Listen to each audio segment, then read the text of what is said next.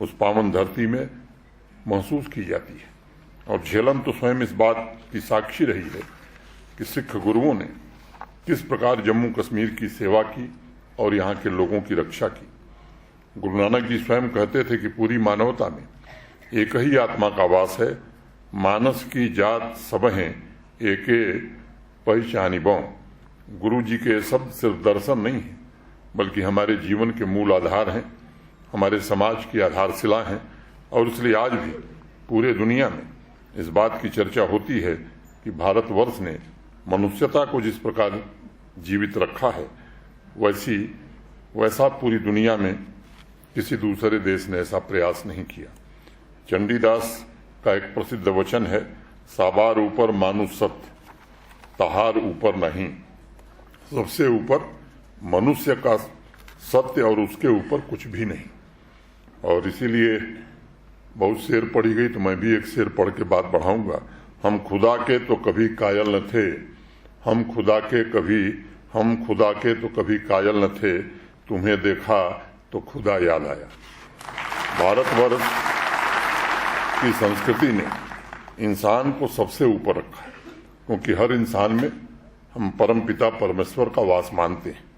नागालैंड की एक प्रसिद्ध कवियत्री तिया लीला, उन्होंने लिखा कि एक इंसानी दिल से दुर्लभ अधिक कीमती कुछ भी नहीं है जो दूसरे की सराहना कर सके और उसका उत्थान भी कर सके। जाति, धर्म, संप्रदाय, पंथ, पद्धति सभी को एकता के धागे में पिरोकर आत्मगरिमा, आत्मगौरव तथा आत्मसम्मान का दर्शन भी पूरी दुनिया को भारत ने ही दिया है। हमारी जीवन शैली की जो ज्योति पुडुचेरी के दिए में जल रही है, वही ज्योत लक्षद्वीप के दीप में भी जलती है। संस्कृत में लक्ष्य के दो अर्थ निकलते हैं, पहला लाख और दूसरा उद्देश्य। 36 द्वीपों के समूह अपनी सांस्कृतिक विविधता के द्वारा भारतवर्ष की चेतना को समृद्ध करते हैं। पुडुचेरी का जिक्र करते हुए मुझे लगता है बरबस हर व्यक्ति को ख्याल आएगा कि ऐसी तपोभूमि है जहां महर्षि अरविंद की आध्यात्मिक ज्वाला ने पूरे देश को आलोकित किया, केवल पुडुचेरी को नहीं किया। वो हमेशा देश के नागरिकों का आह्वान करते हुए एक बात कहते थे कि हमारे सारे कार्यों के लक्ष्य मातृभूमि की सेवा ही होनी चाहिए।